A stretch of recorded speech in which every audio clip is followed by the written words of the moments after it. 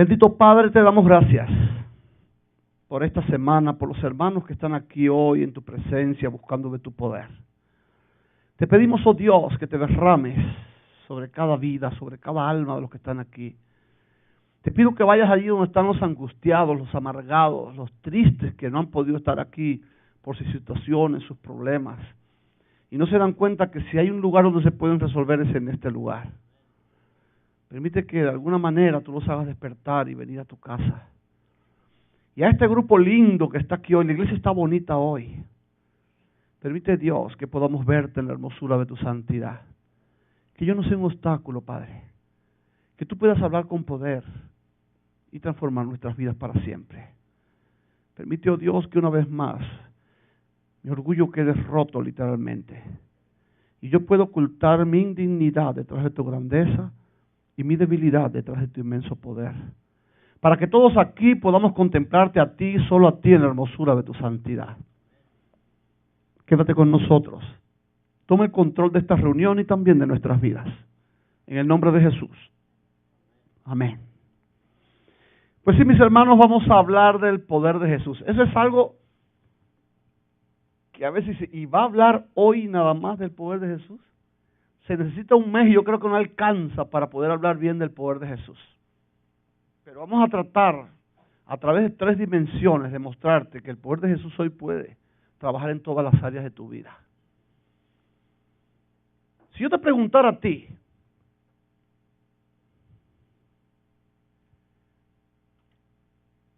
¿con qué contaba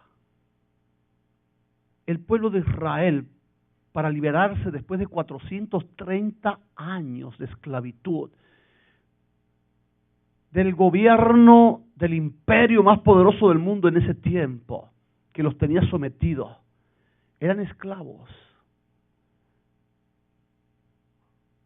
Quizás contarían con sus herramientas de trabajo, pero estaban enfrentando al ejército más poderoso de aquel tiempo. ¿Con qué contaba el ejército de los israelitas para libertarse? La respuesta única es el poder de Jesús. Ellos vieron con sus ojos el poder de Dios manifestado a través de plagas que no solo arruinaron económicamente a Egipto, sino que luego cogieron a ese poderoso ejército y lo metió en el mar y lo ahogó, el poder de Dios. Y de ahí para acá Egipto nunca volvió a ser el mismo imperio que había sido.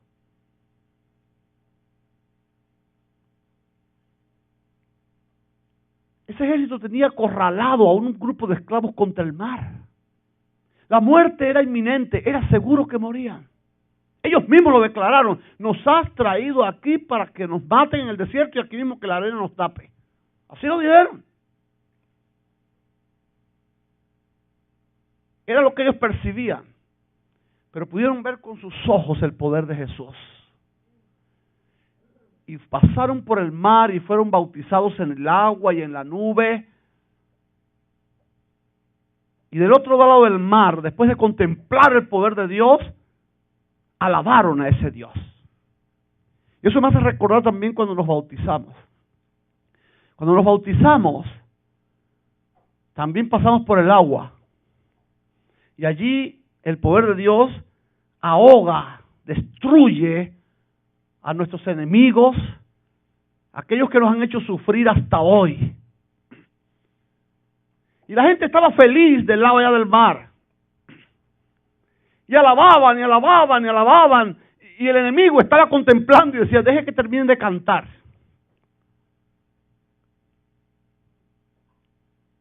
Porque cuando ellos pasaron después allá del bautismo, ellos creían que ya estaban en la tierra donde Dios lo iba a llevar. Y cuando ya roncos de tanto alabar, cesa la alabanza, ahora se dan cuenta que tienen que enfrentar un desierto. ¿Con qué contaban para atravesar ese desierto? Incluso a las pocas jornadas se encuentran por fin agua. Y la Biblia no lo narra así, pero parece que alguno de los animales llegó y bebió primero y murió. Las aguas estaban amargas, estaban envenenadas. Y alguien gritó: por favor, que nadie tome, alejen los animales, alejen los niños, ¿Qué iba a hacer este pueblo sediento? Viendo el agua con sus ojos y ahora no podían tomarla. Pero el poder de Dios le convirtió el agua amarga, venenosa en agua. Y el poder de Dios lo estuvo sosteniendo durante todas las jornadas del desierto.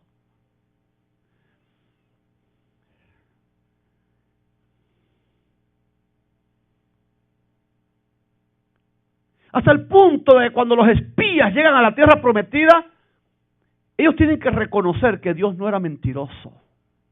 Todos los 12 espías empezaron con un mismo mensaje. Ciertamente, esa es la tierra que nos prometieron. Lo que dijo Dios en Egipto era verdad. Fluye leche y miel. Lo vimos con nuestros ojos y hemos traído muestras para que ustedes lo vean. Pero la tierra está llena de gigantes. Dios mío. Un pueblo que había visto el poder de Dios a través de todo el desierto. ¿Quién le dio la victoria sobre Amalek?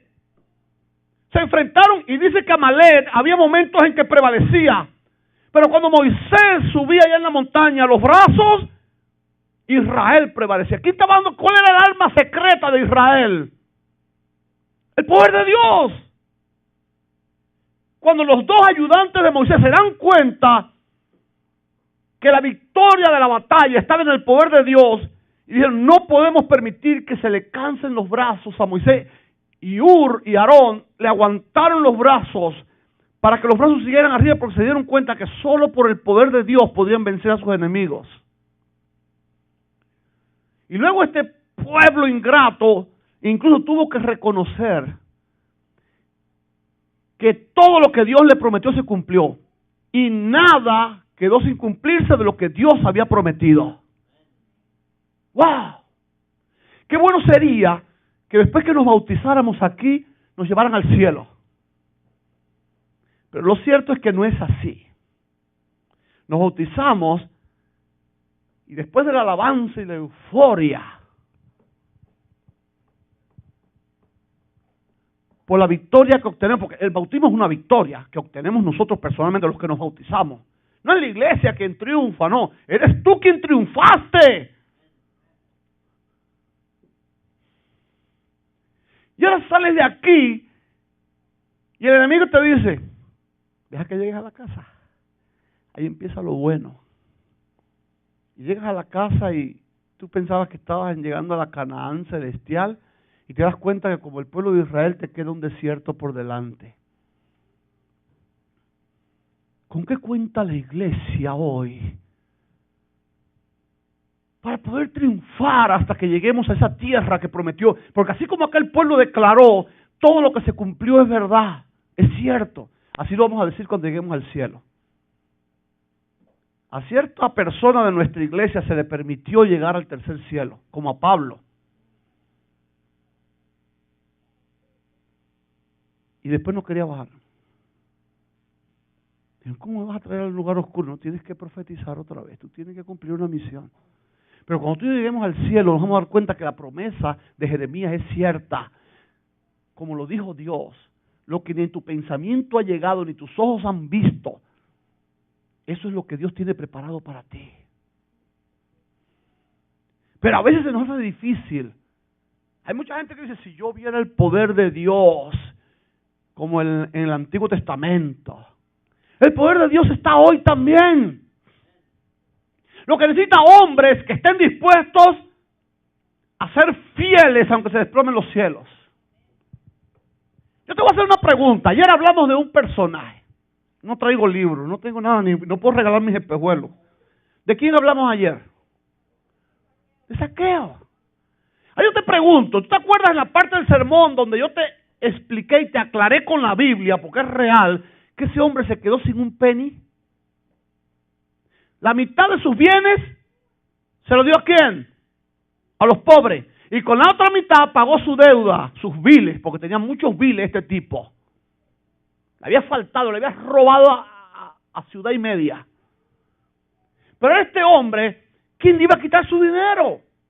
Estaba en una tarjeta, en un banco, a nombre de él, con una clave, con un password. Nadie le podía quitar su dinero.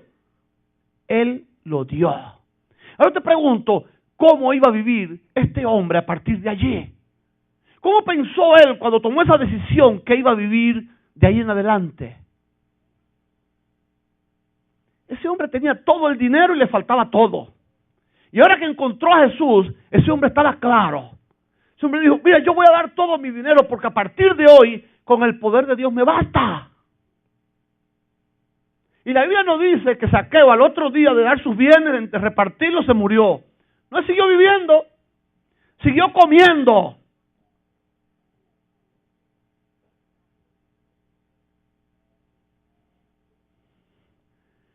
Hoy no queremos poner nuestros bienes en el altar de Dios.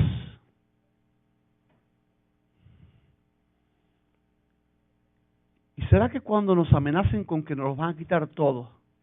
Porque te parece poco que darle el 10% a Dios. Cuando venga el otro Dios, el de barro, el que está ahí en Roma, y te lo quiera quitar todo, ¿tu fe se va a mantener? ¿Tú vas a tener la misma fe? Tengo un amigo al que amo, como si fuera mi hermano. Es mexicano, pero yo creo que mi mamá fue quien lo parió, o la de él me parió a mí. Me llamó hace poquito, yo estaba por Carolina, y estaba deshecho, porque por fin empezó su compañía propia. Hizo un contrato con unos builders allí, con unas compañías, y empezó a echarle ganas. Debían pagarle $25,000 por lo que le pidieron. Y aunque hicieron un contrato y todo, al final el señor no le pagó y se buscó un abogado, y sabes, aquí con la ley hasta se buscó un abogado y no le pagaron nada, y él se estaba muriendo. Y si te mueres por $25,000, cuando te lo quiten todo, casa, carro, hasta el último centavo, porque todo te lo van a quitar.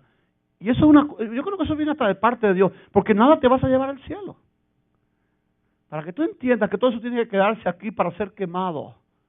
Esa gente lo que te van a hacer es un favor. A veces hay gente que va en un barco y el barco se está hundiendo y dice, yo tengo que salvar mi fortuna. Y se mete lingotes de oro en el bolsillo y se ahogó, porque eso pesa tanto que para el fondo. Pero el capitán del barco en su ambición dice, no, de este barco no me saca un lingote. Y revisa a la gente y le saca los lingotes de los bolsillos. Y los empuja para el mar hasta sin ropa. Esos son los que llegan a la orilla y se salvan, ¿sí o no? Porque el peso de todo ese oro no lo lleva al fondo. Pero ¿cómo será verdad que hoy en el siglo XXI, en el siglo de los muñequitos manga y de las películas de ciencia ficción y de tantos héroes, yo no he visto tantos héroes que se han levantado en esta época, como en ninguna otra época se han levantado tantos héroes como usted ve películas de hoy y hombres con superpoderes, no sé cómo se llaman las películas esas, ¿lo han visto? No sé, ni los recuerdo. Los superhéroes.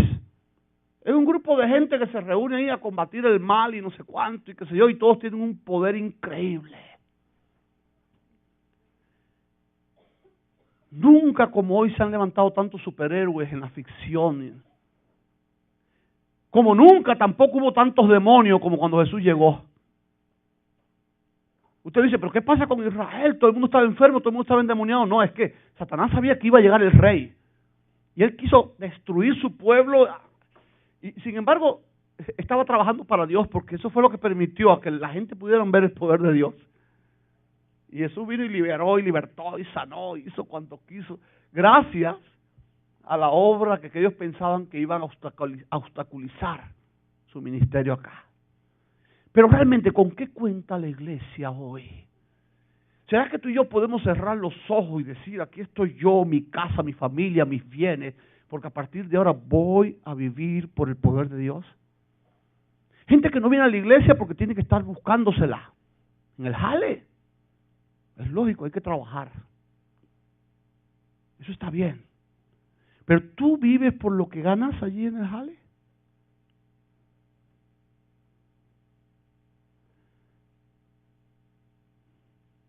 Vamos a ver el poder de Dios desde 3 dimensiones para que tú entiendas que la iglesia de hoy cuenta con el mismo poder de aquel pueblo esclavo que fue libertado, de aquel pueblo libre que fue sostenido en el desierto.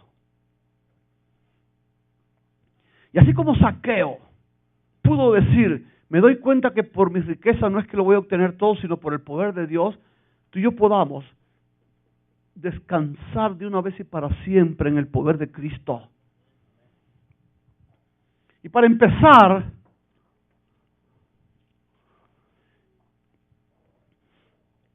vamos a empezar por la primera dimensión.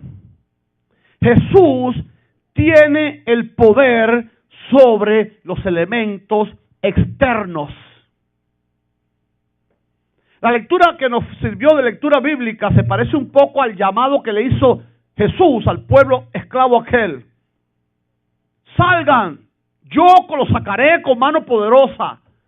Sacrifiquen el cordero, cómanlo en familia, pero con la mochila y en la espalda, porque yo los voy a libertar. Cómanse el cordero y salgan. Y ahora viene Jesús y le dice a la iglesia de hoy, pasemos al otro lado.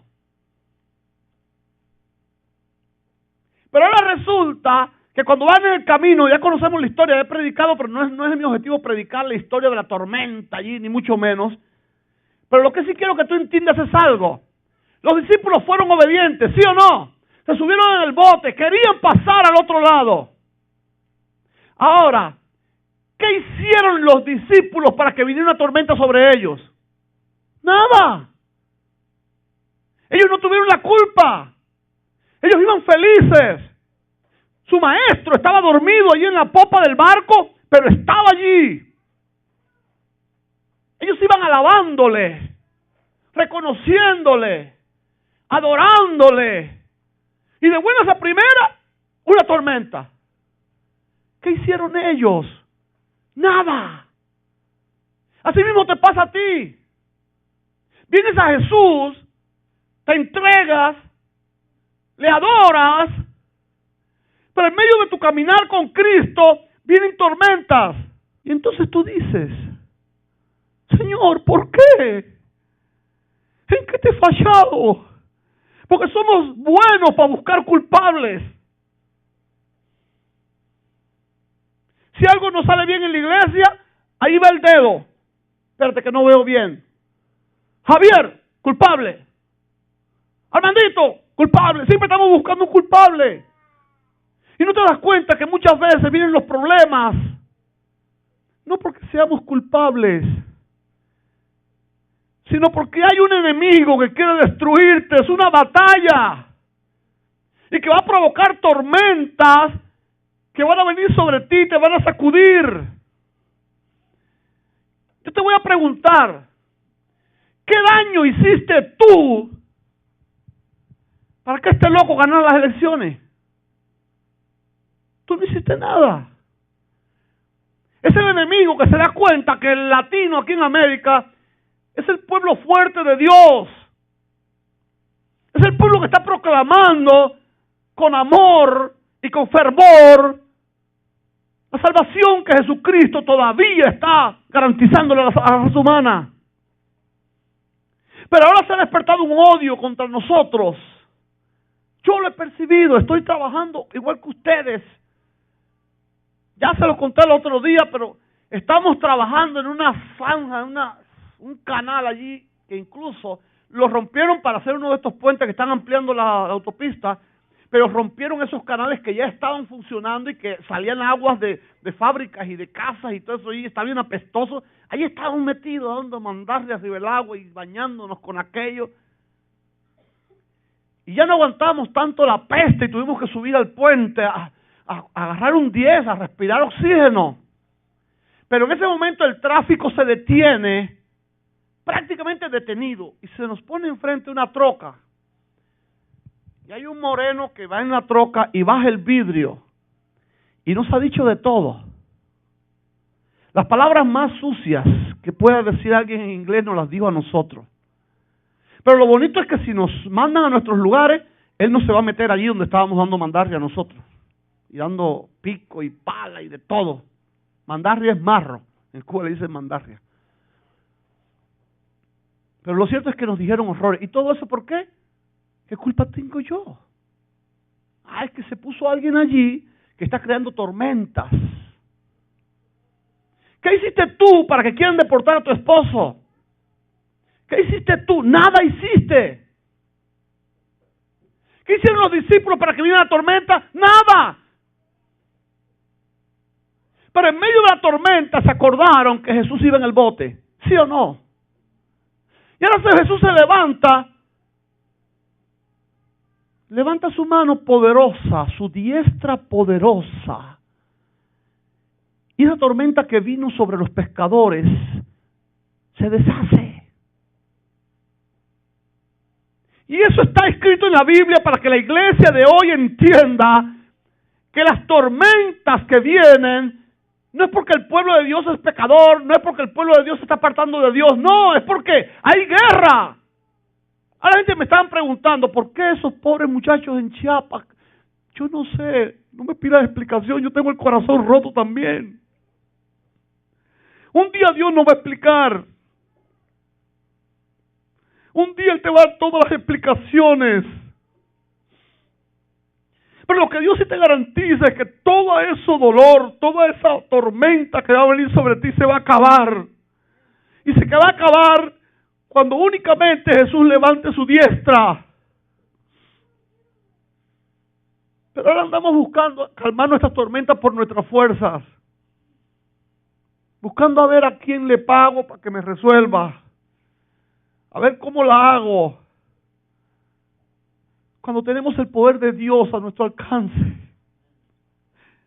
¿Por qué no ir a la proa del barco y decirle, maestro, que perecemos? Yo no provoqué esa tormenta, pero ha venido una tormenta sobre mi hogar, sobre mi vida. Maestro, perecemos. Si puedes hacer algo, hazlo ahora. ¿Sabes qué te va a pasar? Lo mismo que estos pobres pescadores. Que cuando vieron a Jesús calmar las tormentas, dijeron, ¡wow! ¿Y yo pagando abogado? ¿Quién es este? Llevaban ya un tiempo caminando con él. Le veían resucitar, le veían sanar. Y ahora dicen, ¡wow! Hasta las tormentas y los vientos. ¿Quién es este? Ese es tu Dios. Y se llama Miguel. Y ese mismo Dios está peleando por su iglesia hoy. Y Él no quiere que te preguntes por qué vienen las pruebas. Él lo que quiere es cuando vengan esas tormentas, que tú entiendas que Él tiene poder sobre los elementos externos que llegan a ti. Y con solo levantar su diestra, tu problema se va a resolver. Pero tienes que creerlo como Zaqueo. ¿Sabes qué pasa? Que mientras nos queden $20 en el bolsillo, usted va a confiar en esos $20. Usted le va a decir a su esposa, yo no sé qué va a pasar pasado mañana, pero aquí tengo $20. El pan francés, la leche de almendra de mañana y el quesito de crema Filadelfia están garantizados. Entonces Dios tiene que decir, por favor, termínate esos 20, a ver a dónde te vas a volver. Porque es Él el que quiere sostenerte, sustentarte, calmar tus tormentas. Y entonces vas a decir como estos pescadores, wow, ¿quién es este? O quizás vas a decir como Job, de oídas te había oído. Y llevo 20 años en la iglesia escuchándote, pero ahora mis ojos te han visto. Y eso es lo que Dios quiere. Por eso es que a veces permite que las tormentas lleguen, porque Él quiere que tú le veas, no que escuches de Él. Primera dimensión, Jesús tiene el poder sobre los elementos externos. Pero usted podrá decir, Gildemar, pero eso hoy, ¿puede controlar los vientos hoy?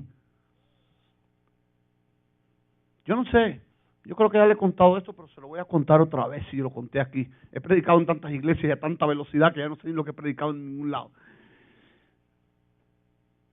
Cuando me corren de planta mecánica, donde único pude conseguir trabajo fue en un tejar. Allí los que trabajaban eran prisioneros o personas en libertad condicional. Y un hijo de Dios en Cuba, donde único consiguió trabajo fue ahí entre esa plaga de bandidos. Pero allí fui a trabajar. Cuando llego allí, después de algunos días, veo a un security con una Biblia abierta. Tenía una silla, en Cuba le dicen taburetes. Son las sillas estas de madera que le ponen la piel de chivo y la estiran como un tambor, pero ahí se sientan arriba de ese cuero de chivo. Son muy buenos. Me gusta mucho el taburete. Ese es el asiento de los campesinos, el tradicional. Y este señor está en un taburete. Son tan fuertes que los campesinos mismos los recuestan a la pared de sus casas y ahí descansan de la jornada difícil del día. Y ahí a veces hasta comen. Les resulta tan cómodo que a veces no van ni a la mesa. Comen allí en su taburete recostado y allí comen los campesinos en Cuba. Y estaba este señor con una Biblia abierta, recostado a una pared, y yo llego como Felipe y le digo, ¿entiendes lo que lees? Y el hombre me dice orgulloso, claro que sí, yo soy líder de Orson Villa, un líder famoso que había en Camagüey de los pentecostales. Y digo, qué bueno, pues podemos estudiar. Yo estoy trabajando ahora aquí, sí, cuando quieras estudiamos. Realmente estudiamos mucho, pero hay algo. Desde ese instante, yo decidí que tenía un amigo, tenía alguien en quien apoyarme. Aunque fuera otra denominación, había alguien en medio de toda aquella gente mala, ladrona, bandolera, hasta asesinos había allí. Por lo menos había uno que creía en Cristo. Yo me alié con ese. Pero en mi provincia, en Camagüey, para el mes de mayo, vienen unos temporales de unas lluvias muy fuertes, muy fuertes, muy fuertes, que no se calman en 15 días. Es agua y vientos y agua. Mi provincia es famosa por esos temporales, le llaman. Y lo cierto es que donde quemábamos los ladrillos, los tabiques, como dicen ustedes, son hornos a cielo abierto, son abiertos arriba. Y esa quincena empezamos a llenar ya los ladrillos que teníamos secaditos ahí bajo los techos, y cada vez que llenábamos los hornos venía el agua y nos derretía, todo aquel barro se iba. No importa, vamos a echarle ganas, ahí hay ladrillos todavía, llenemos otro. Y los pobres aquellos esclavos allí llenando otro y llenando otro. Y cada vez que le iban a prender fuego al horno venía el agua y se los derretía. Ya estaban quedando poquitos ladrillos. Y un día estoy sentado junto al hermano pentecostal acá y veo al administrador y a otros de los líderes que cuando se termina de llenar un horno parecían indígenas de estos, brujos de tribu, qué sé yo, brincando alrededor del horno y echando alcohol en las esquinas del horno. Y yo y el pentecostal estábamos mirando y digo, ¿qué están haciendo esos locos? Gritando, se parecían a aquellos que en el monte Carmelo con Elías gritaban a Baal. Ay, mis hermanos, nosotros decíamos, pero qué locos son. Pero cuando terminaron todo su brincoteo y prendieron el horno, vino el agua y le derritió todo aquello. El barro corría así del horno hacia afuera.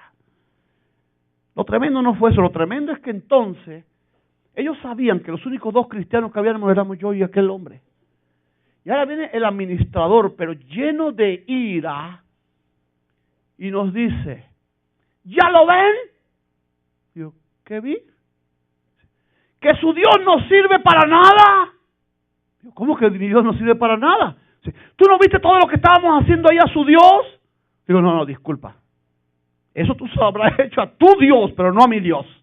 Porque mi Dios no te pidió que brincaras como un payaso. Pues cuando a mí me tocan a Jesucristo, yo sé que Jesucristo no necesita abogado sino testigo. Pero a veces me tocan y le dije, fíjate lo que te voy a decir. Tú no tienes derecho a acusar a mi Dios cuando tú hiciste lo que te dio la gana y buscaste al Dios que te dio la gana allí. Porque eso es lo que le pasa hoy a la gente. Se buscan no sé qué Dios y se meten en cada rollo, y cuando las cosas les salen mal, porque fíjate, cuando tú haces algo que no está por la voluntad de Dios, te va a salir mal. Porque esa es la fórmula de este mundo, el fracaso. Cuando tú quieras hacer algo sin el poder de Dios, sabes que desde que comience o antes de que comience, estás marcado para el fracaso. Si tienes un sueño, si tienes un plan y quieres que se logre, tienes que venir aquí, empezarlo desde la rodilla aquí, en su presencia. Y ahora le digo yo a aquel tipo, porque ya me indignó. Y le digo, si solamente, oiga para allá que loco, a veces mi lengua me condena. Le digo a aquel hombre, si tú solamente nos hubieras pedido a nosotros dos que oráramos a nuestro Dios, Él podía apartar esa agua. Y yo mismo sabía lo que venía para arriba de mí. Como a los 3 días estaban llenando el último horno con los últimos ladrillos que quedaban. Si esos ladrillos no se quemaban, esa quincena no iba a cobrar nadie. Y estoy yo conversando con el pentecostal acá, y veo que pasa el administrador con los grandes ahora de la compañía ya del grupo nacional, y vinieron a ser testigos porque ellos vinieron a ver que de verdad todo aquel piso de ladrillos que se había acabado, los últimos estaban ahí dentro. Cuando estoy acá afuera y están toda esa gente reunidos allá, viene un trabajador y me dice, el administrador dice que vayas allá. Yo ni sabía, pero ya yo me olía algo, parece. Le digo al pentecostal, tú ven conmigo. Y delante de todos aquellos ateos, el administrador que estudió conmigo, que vivía en mi barrio, era mi amigo, es mi amigo, pero un ateo de esto, me dice delante de todos los grandes jefes, tú dijiste. Wow. Dice la Biblia que de toda palabra ociosa que tú hables vas a tener que dar cuenta. Pero yo no pensé que yo iba a tener que dar cuenta tan rápido. Bueno, yo no dije palabra ociosa, yo estaba seguro de que Dios lo podía hacer. Lo que yo no sabía si era digno de que Él me escuchara a mí. Y dice aquel hombre, tú dijiste que si orábamos a tu Dios, solo eso bastaba para que no se derritieran con la lluvia y pudiéramos quemar esos ladrillos. Wow. Toqué al pentecostal y dije, ora porque esta guerra no es contra nosotros, es contra nuestro Dios, ¿ok? Tú quédate orando allí. Digo, sí lo dije, ¿qué pasó? Bueno, pues arriba, a orar. Llegó tu momento. Le dije, sí, espérense un momentico. Para que yo ore a mi Dios, ustedes tienen que creer que Él sí puede hacerlo. Y ahí le agarré a todos los ateos eso y les dije, ¿cuántos de ustedes creen que mi Jesús puede hacerlo? Ellos no creían nada, pero los quería humillar ahí ante mi Dios. Y empezaron así tímidamente a levantar las manos. Y Señor, con esa poca fe, aunque sea que alcance. Y digo, bueno, ahora vamos a inclinar el rostro de todo el mundo acá. Todos esos líderes ateos, con los ojos cerraditos, parecían unos, no sé, no voy a decir la palabra. Y yo digo, así es como los quería ver. Señor, ya los tenemos. Vamos a hacerlo ahora. Cierro mis ojos, inclino el rostro y empiezo a orar. Y cuando empiezo a orar, yo mismo me asusto. Porque siento como que un aire más fuerte llega. Y aunque estábamos bajo techo, el aire como que nos estaba golpeando. Y decía, Dios mío, yo tengo fe en que tú lo puedes hacer. Y ahora siento que llegó un viento, una tormenta ha llegado. Pero de todas maneras seguí orando. Yo en mi corazón reclamándole y con mi voz pidiendo, con seguridad. Porque yo sabía que Dios no avergüenza a los que hablan en su nombre. Y cuando yo abro los ojos, mis hermanos, yo me quedé paralizado. Ese viento fuerte, esa tormenta que llegó mientras yo oraba, fue el poder de Dios. Mire, creó con ese viento un remolino sobre ese horno que ellos mismos se quedaron con la boca abierta, no podían ver. Detrás del horno estaba la cerca y unos potreros con ganado allí. Y de la cerca hacia allá se estaba acabando el mundo en agua. Y ni una sola gota estaba cayendo sobre el horno de ladrillos. Y los trabajadores que ya estaban en tiempo de salida, no podían salir por delante porque adelante se estaba acabando el mundo, pero en el horno no estaba cayendo ni una gota.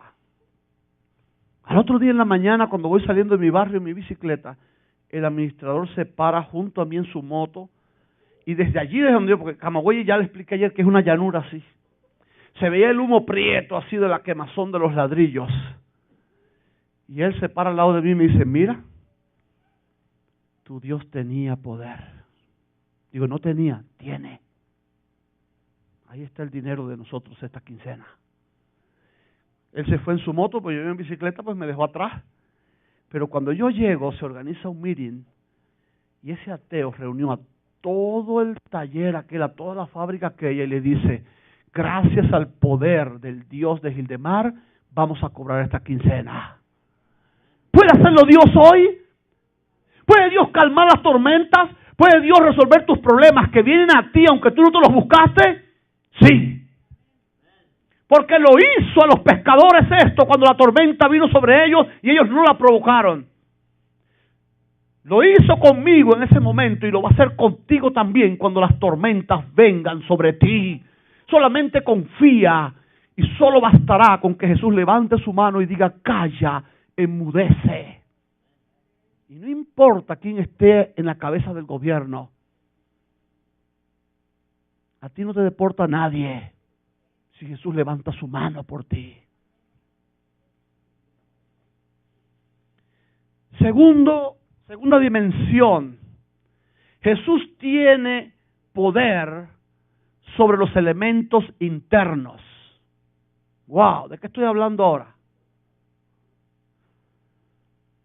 Allí en el capítulo 5, ahí mismo, después de esta historia que te conté, está la historia del endemoniado gadareno. Jesús decide pasar a la otra orilla y dice que vino a su encuentro, 5:2 de San Marcos. Vino a su encuentro de los sepulcros. ¿Quiénes viven en los sepulcros? Los muertos. ¿Quiénes son esos que caminan por allá afuera sin Cristo? Los muertos. Y ahora viene un muerto de estos. Pero hay algo tremendo. Algo ocurre en esta escena que quiero ilustrarte para que tú veas cómo Jesús puede también controlar esos elementos internos que te roban el gozo, la paz, la salvación. Y ahí hablan, dan características de este tipo, parece para que te des cuenta hasta dónde llega el poder de Dios. Dice que este hombre lo quisieron controlar de muchas maneras. Lo encadenaban y rompían las cadenas, lo metían en prisión y rompían los barrotes. Ese hombre no lo controlaba nadie.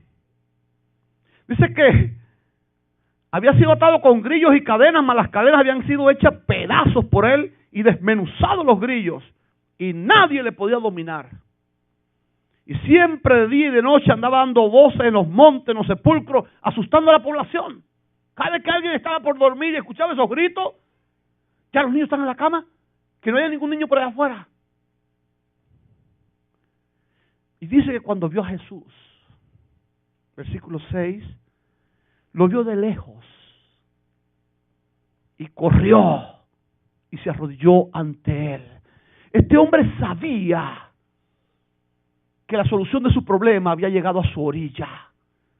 Este hombre corrió, se quiso entregar. Pero cuando fue a hablar, ya no pudo hablar. ¿Quién habló? El problema que tenía dentro. Así nos está pasando a muchos de nosotros, y no le estoy diciendo a ningún endemoniado, ¿ok? Solo estoy usando esta historia para ilustrar que dentro de ti también hay un poder que aunque tú quieres seguir a Cristo, te dice no. Aunque tú ves que tu esposa se bautiza, tu hijo se bautiza, tu vecino se bautiza, tu hermano se bautiza, tu papá se bautiza, y tú quieres, pero hay algo en ti que te dice no. He conocido a mucha gente. De hecho, tenía un Fermín, se llamaba, un miembro de una iglesia, casi ya miembro de hogar, casi siempre tenía que dar los estudios en su casa. Pero yo notaba que siempre estaba mascando. O sea, ¿qué masca este si en Cuba no hay chicle? Pero también me daba pena porque era una persona bien mayor. Pero era esa gente que siempre anda escudriñando y traía. Cada vez que yo iba a su casa sabía que tenía que ir preparado a responder de 40 a 60 preguntas bíblicas, porque el hombre se metía en la Biblia y a veces no las entendía, pues entonces llegaste, qué bueno, siéntate ahí. Y empezaba a disparar. Pero yo lo iba mascando y escupiendo y yo le decía, ¿qué hace este? Y un día él llorando me dice, mira, en la iglesia la gente no me quiere. Qué triste la iglesia. Yo no sé si tú te has dado cuenta, pero a veces hay gente que no están sentados aquí aunque ellos querían estar, porque algunos de nosotros no lo quisimos o de alguna manera le mostramos.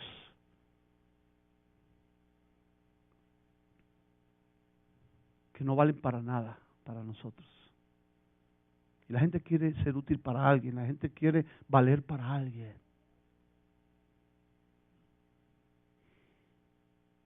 Por eso Jesús dijo, porque a Jesús ¿cuántos los quieren? Todo el mundo quiere a Jesús. Hasta los fariseos lo querían, porque aunque no, donde iba Jesús ahí estaban ellos. Con sus defectos y sus cosas, pero ahí estaban ellos. Pero Jesús le dijo, si a mí que soy el árbol verde me hacen esto, que no le van a hacer a ustedes que son el árbol seco.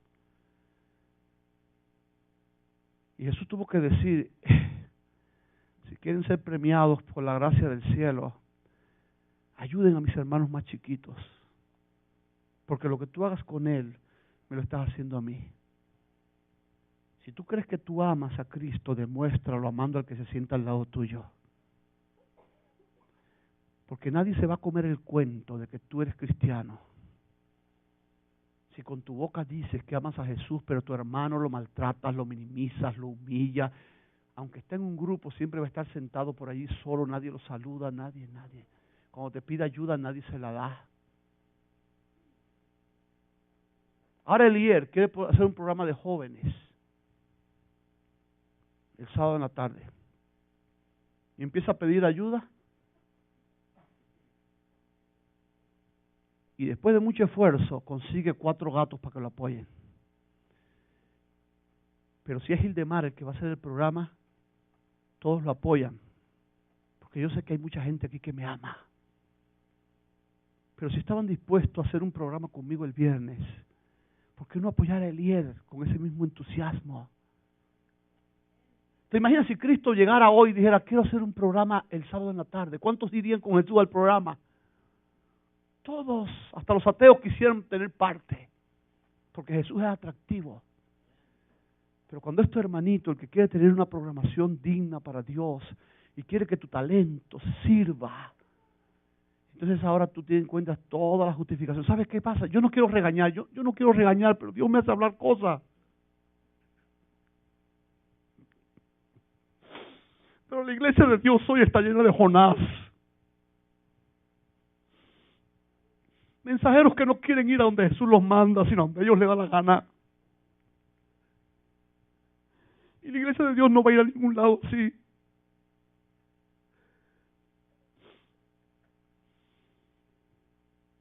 Había muchas razones humanas para que Jonás se fuera a Tarsis. Ese es otro sermón. Tarsis es España. En España había una comunidad judía fuerte. Se le llaman Sefarad. Todavía hoy la comunidad sefardí, los judíos hoy ortodoxos se dividen en dos, los ortodoxos estos de Jerusalén y los sefardíes, y es por esta gente de Sefarad. ¿Sabe quiénes son esa gente? Efraín, el que fue disperso. Y ahora Jonás dice, ¿cómo yo le voy a predicar a los cochinos de Nínive? Te volviste loco. Si hay un lugar donde podemos ganar muchas almas, es allá en España, en Tarsis, en Sefarad. Traer a las ovejas perdidas de Israel. ¿Por qué me quieres mandar a una ciudad donde no me van a escuchar? Ahí no se bautiza nadie. Y la iglesia de Dios está así hoy. Queremos aprender métodos de evangelismo. Nosotros no vamos a bautizar a nadie. ¿Por qué? Porque cuando Jesús te dice, vete a Nínive, tú quieres ir a Tarsis. Y muchos aquí dijeran, si yo pudiera ir a la India y arriesgar mi vida, como todos esos misioneros que están matando por ahí, yo iría. Dios no te pide tanto, Dios solo quiere que tengas parte aquí, que haya comida en su casa, para que la bendición llegue a ti y tú vas a ser un misionero mundial, reconocido en el universo si traes a tus vecinos, a tus hijos.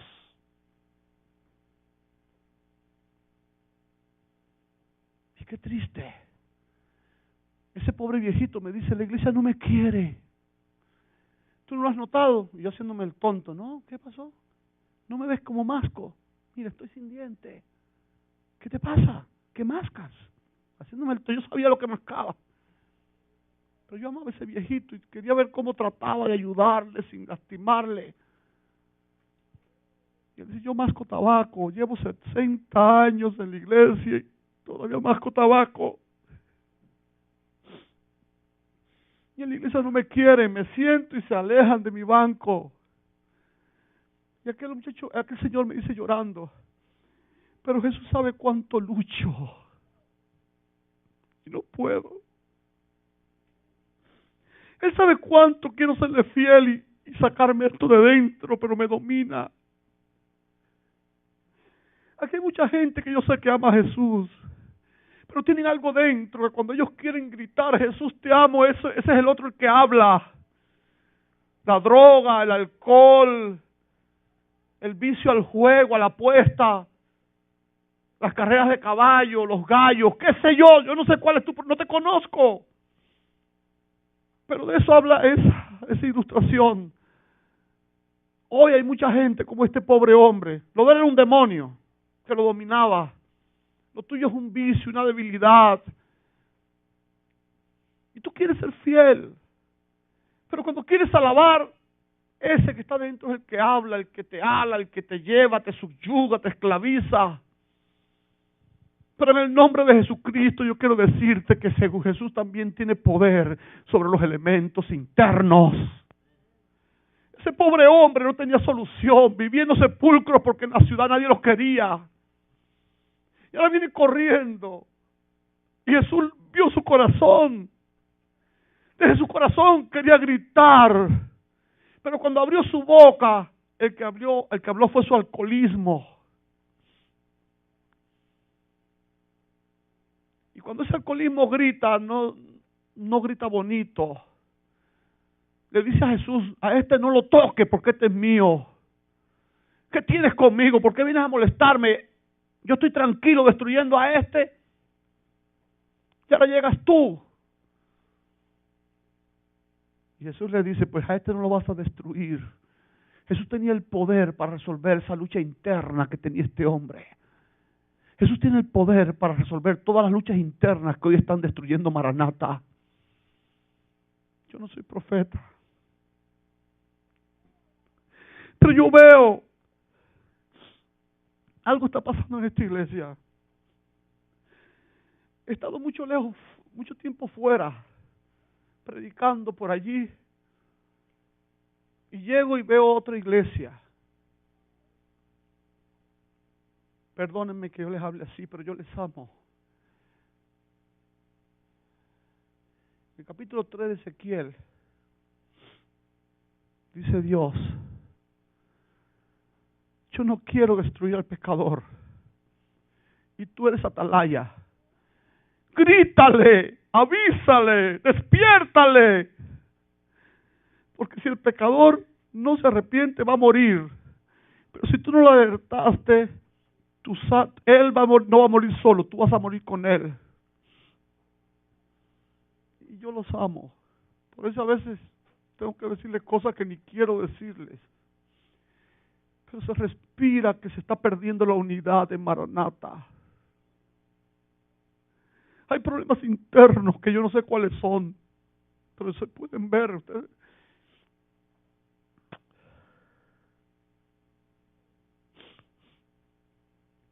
Nos hemos enfocado tanto quizás en nosotros que estamos perdiendo la unidad, la alegría con la que los conocí. Miro los bancos y veo gente que ya no están sentada allí ni se van a sentar más por muchos días aquí, o se están sentando quizás en otro lugar. Dios tiene el poder para sanar a Maranata. Dios tiene el poder sobre los elementos internos. Él sabe también cuáles son tus luchas allí en tu casa, en tu vida. Él sabe que tú estás batallando contra algo. Y yo quiero decirte algo, el peor enemigo que tú tienes no es el enemigo, eres tú. Por eso Pablo quizás le dijo a su hijo adoptivo Timoteo, cuídate de dos cosas. Y una es la doctrina y la segunda de ti mismo. ¿Por qué Pablo le dice, cuídate de la doctrina y de ti mismo? ¿Sabe por qué? Porque Pablo sabía que Timoteo había crecido muchísimo en el conocimiento de profecías, de doctrinas. Y ahora Pablo tenía miedo de que eso se enorgulleciera su corazón. Usted puede tener aquí dentro un líder que conozca mucha profecía, que conozca mucha doctrina, pero puede ser un obstáculo para la obra y la unidad. Porque el mucho conocimiento lo que tiene que hacerte es llevarte a ser más siervo de tus hermanos, más esclavo de ellos. Pero cuando te crees, cuando Ángel toca a Julia con el codito y dice, yo hoy la verdad hubiera predicado mejor que el pastor, está frito, ya no sirves. Si me hubieran puesto de director de jóvenes a mí, ese líder no me iba a llegar a mí ni a la suela de los zapatos. Estoy frito. Pero Jesús tiene el poder para resolver los problemas internos. Y Pablo le dice a Timoteo, cuídate de la doctrina y de ti mismo, porque el único que te está destruyendo eres tú. Y Santiago también lo vio cuando dijo, no le echen más la culpa a Satanás. Las cochinadas que están haciendo son por sus propias concupiscencias, porque a ustedes les gusta el pecado. Se te va detrás de la mujer ajena y el miércoles oren por mí porque el enemigo me ha destruido. No, a ti quien te está destruyendo es como a Sansón, tus ojos. Sansón hacía lo que le agradaba, pedía que le dieran lo que no le convenía, pero le agradaba a sus ojos, decía. Y la iglesia de Dios hoy también está viviendo así. Me agrada a mis ojos y yo lo quiero.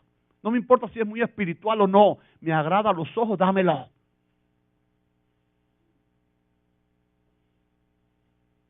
Pero tú y yo tenemos que ser sanados.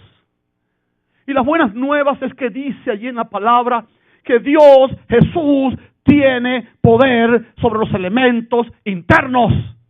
Él puede cambiar tu vida si tú solo se lo permites. Y este hombre desesperado llegó corriendo. Y aun cuando habló el otro, Jesús vio su necesidad, su deseo. Y le dijo a los demonios, ¡fuera! Y aquellos dijeron, por favor, no nos tires en cualquier lado, por lo menos ponnos en ese hato de puercos. Y ahora la gente dice, no, seguro era porque eran inmundos que Jesús mandó allí. No, los puercos son creación de Dios. No son para comer, pero son creación de Dios. Por algún propósito están aquí. Ellos dicen, entonces, ¿por qué los demonios lo destruyeron? Ah, porque los demonios destruyen todo. Donde tú lo pongas. Donde se ponga, mejor dicho. Dios me libre.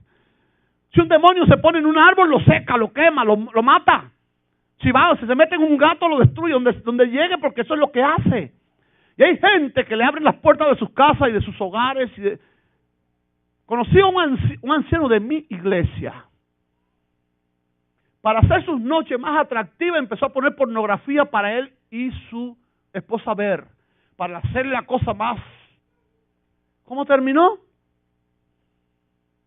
La esposa anda por las calles de ese pueblo acostándose con cualquiera. Se acabó el hogar, 3 niños. Lo dejó a él con sus 3 niños allí y ella se fue a practicar lo que él le enseñó en las películas que le llevaba. Le abrió la puerta al demonio. Entonces, ¿tú crees que el demonio va a entrar a tu cama, a tu intimidad, a tu familia y no te va a destruir la familia? ¿Tú crees que una escapadita que tú te des en la noche no va a afectar tu fe? Te va a destruir. Y el enemigo está viendo que esta iglesia se está levantando y que está alcanzando niveles espirituales grandes y que está obteniendo logros espirituales tremendos. pues va a atacarte desde dentro. No permitamos que nos destruya. Ama a tu hermano, apóyale. Aunque lo pusieron en un cargo que es nuevo, que no tiene mucha experiencia, pues enséñale, pero apóyale, estimúlale, ámale. Y Jesús quiere sanar a Maranata hoy, porque Él tiene poder tremendo. Fíjense que Jesús sana a este hombre. Dicen que ahora estaba en su sano juicio vestido. Y la gente llegaron del pueblo y cuando lo reconocieron, bañadito, peinadito, vestidito, sé que tuvieron miedo. ¿Sabe por qué tuvieron miedo? Pero ¿quién es este Jesús que puede cambiar una vida así? Tremendo. Jesús puede cambiar tu vida. Él tiene poder. Él tiene poder para vencer los elementos internos que te están robando tu gozo, tu esperanza y tu salvación. Hay una tercera dimensión y última que te quiero hablar. Y aparece también allí en el libro de Marcos, capítulo 5. Ahí seguidito del sermón que tuvimos el domingo. ¿Te acuerdas la oración equivocada? ¿Te acuerdas que terminamos viendo que la oración de Jairo sí fue efectiva porque Jesús se fue con él, logró lo que ese hombre quería y le resucitó su hija? Porque cuando tú metes a Cristo en tu casa pasa al revés de lo que te decía ahorita. Tu matrimonio se reconstruye, tu hogar resucitan tus hijos, todo resucita en tu casa. Si tú quieres que la fe, la prosperidad, la felicidad resucite en tu casa, ten la oración de Jairo. Ven a mi casa y pon tu mano sobre mi matrimonio, sobre mis hijos, sobre mi hogar. Y ahora Jesús va caminando con él. Y dice en el versículo 25 que había una mujer. ¡Wow! ¿De qué vamos a hablar ahora? Yo quiero que tú sepas que estamos pagando médico porque nos da la gana. Dios tiene poder sobre los elementos físicos también. Tú puedes buscar el libro de Éxodo. 2 millones de israelitas. Y dice que todos salieron. Ninguno se quedó porque todos estaban sanos. Nadie pudo decir, oye, yo me voy la semana que viene porque tengo aquí un problema en los riñones. No, todo el mundo estaba sano. 2 millones de israelitas. Yo no sé, Atlanta tiene mucho más que eso, es una gran ciudad. Pero La Habana, esa es la población que tiene La Habana, 2 millones. Vete a La Habana a un hospital. Vete a La Habana a un hospital. Mire, en La Habana posiblemente sea la ciudad, porque La Habana es una ciudad. Aunque esté en esa islita pequeñita, es una gran ciudad. Pero yo posiblemente en las grandes ciudades de este mundo no haya tanto hospital en ningún otro lugar del mundo como en La Habana. Pero de los 2 millones de habitantes que hay en La Habana, usted puede ir a los hospitales, que por lo menos 1.800.000 están metidos ahí en los hospitales. Claro, como la medicina en Cuba también es gratis, pues algunos van hasta para saludar al médico. Y como te pagan, hay muchos, hoy no voy a trabajar, voy al médico. Y el médico te da un papelito y te pagan en tu trabajo. ¡Wow! Pero lo cierto es que hay mucha gente que también sí está enfermo, ¿ves? No es solamente porque el cubano es jalador, ¿eh? Pero dice que del pueblo de Israel 2 millones y no había nadie enfermo.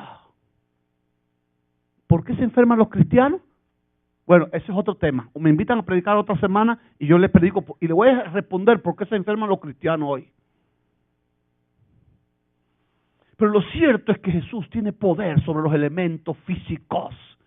Ahora esta mujer, esta pobre mujer, 12 años con un flujo de sangre. Este flujo de sangre no solo le estaba robando la salud, le estaba robando la esperanza, el gozo, todo. ¿Saben por qué? Porque había una ley en Israel que una mujer con flujo de sangre era inmunda. No podía juntarse con los demás, no podía participar en las fiestas de los demás. Esa mujer estaba viviendo los peores 12 años que puede haber vivido cualquier persona, la estaba viviendo ella. Y yo no sé si estoy hablándole en esta noche a alguien que por causa de la enfermedad también está viviendo sus peores momentos. Yo era ateo y llego a mi casa, yo no lo sabía. Mi mamá me lo estaba ocultando. Tenía cáncer en la garganta hace 21 años mi mamá. Yo estaba empezando en la iglesia. Tenía la misma fe que una garrapata. Sí, porque yo era ateo y estaba llegando. Estaba enamorado de Jesús, pero yo no sabía que Jesús tenía este poder que le estoy mostrando hoy. Y un día llego a casa de mi mamá. ¿Y dónde está mi mamá? No, está en casa de tu tía aquí al lado. Y voy a casa de mi tío, al lado vivía un hermano de mi papá con su esposa. Y cuando llego, veo a unos hermanos de cierta religión que tienen a mi mamá sentada con un vaso de agua en la mano. Mi mamá tenía que, para tomarse un vaso de agua se tardaba un día. Ay, abuchito, pues no le pasaba el agua. Estaba así del cáncer. Y yo veo a 3 locos. ¡Sana, sana, sana, sana, sana! ¡Tómate el agua, tómate el agua! Y mi mamá, pobrecita, coaccionada ahí, se fue a tomarlo, casi se ahoga. ¿Cómo le va a decir tómate el agua si no puede? Y todavía son tan crueles que como mi mamá no se pudo tomar el agua, usted no tiene fe, perdida, dieron la espalda y se fueron. ¡Qué evangelio más lindo! Y yo digo, Dios mío, ¿dónde tú me metiste? Porque yo no escuché, allá en la iglesia no escucho así. Mi mamá se estaba muriendo de miedo, dice el médico que se iba a morir, una semana más le quedaba. Pero no por el cáncer, sino por la depresión que tenía. Y yo mismo no creía que Jesús podía sanarla. En ese momento no sabía. Pero yo dije, si yo me llevo a mi mamá, si yo logro que ella se vaya conmigo a la iglesia, y aunque sea le pierde el miedo a la muerte, y vive con alegría y con esperanza de salvación, las últimas horas que le queden, ya yo la hice. Porque aunque se me muera, yo sí ya creí en la resurrección. Yo dije, cuando Jesús venga, nos resucita y la tengo sana por toda la vida. Y sin tanto papelazo ni tanta payasada, me decido empezar a orar por mi mamá. Llevo a mi mamá a la iglesia, se enamora de Jesús y yo en silencio orando por mi mamá. Mi mamá hoy canta como un gallo, después de 20 años que se bautizó en la iglesia de Garrido. La sanó Jesús. Sin tanta payasada, sin tanta pantomima, solamente le entregó el corazón a Dios. Dios tiene el poder sobre los elementos físicos. Tú estás enfermo por tu desobediencia, por los hábitos, por lo que sea. Bueno, ese es el otro sermón, porque se enferman los cristianos, me invitan otro día. Pero lo que sí te voy a decir, que no importa por qué te enfermaste, Jesús tiene el poder sobre los elementos físicos. Y está llegando el momento en que el pueblo de Dios tiene que dejar de mirar tanto a la farmacia y mirar para arriba, porque Jesús es su sanador. La iglesia de Dios hoy, como nunca antes, tiene que empezar a vivir por el poder de Dios. El mismo Jorge me estaba preguntando las otras noches, ¿y tú de qué vives? De puro milagro. Pero si es que vivo de puro milagro. Llevo no sé cuántos días sin trabajar, pero yo pagué mi renta, tengo comida, porque vivo por el poder de Dios. Y cuando se me acaba todo, pues Dios envía a algún santo de él y dice, llévale esta sopita, para que no se me muera mi hijo allí. Dice Jorge, ¿cómo tú vives? De puro milagro. De puro milagro. Despréndete de todo lo que tienes, agárrate de Jesucristo y te vas a dar cuenta que ni el dinero te hacía falta. Dios tiene poder. Iglesia de Cristo. Lo que necesitamos es fe. Una vez estaba revisando unos libros, y esto para terminar, y encontré algo que me gustó. No sé si puedo recordar todo, pero dice así, más o menos. Auméntame la fe, Jesús bendito, que el cáliz del dolor me desalienta. La viva fe del corazón contrito, la que diste a Simón en la tormenta. De pie sobre las olas ven andando, que turban de mi fe la dulce calma y levanta tu diestra refrenando las fieras tempestades de mi alma. Quiero luz, tu luz intensa y pura, que penetren en mi ser hasta la entraña, la que vieron tus siervos en la altura feraz de la montaña. Toma, oh Jesús, mi corazón herido y ocúltalo en el hueco de mi palma, que si pierdo la fe, habré perdido todas las posesiones de mi alma. Porque siendo mi amor, tu amor divino, porque en ti se ha fundido mi existencia, tú no me faltarás en el camino y mi escudo será tu omnipotencia. Iglesia de Dios, tú no estás desamparado en este mundo. Dios te ha dejado su poder a tu alcance y tiene poder sobre todo aquello que va a venir contra ti, y tiene poder sobre aquello que está dentro de ti y te destruye, y tiene poder contra toda enfermedad que venga a tu cuerpo. Solamente tienes que creer, que dejar confianza en todo lo demás y dejarte tomar de la mano de este Jesucristo todopoderoso y te conduzca por un camino de fidelidad, de felicidad, de prosperidad y de salvación.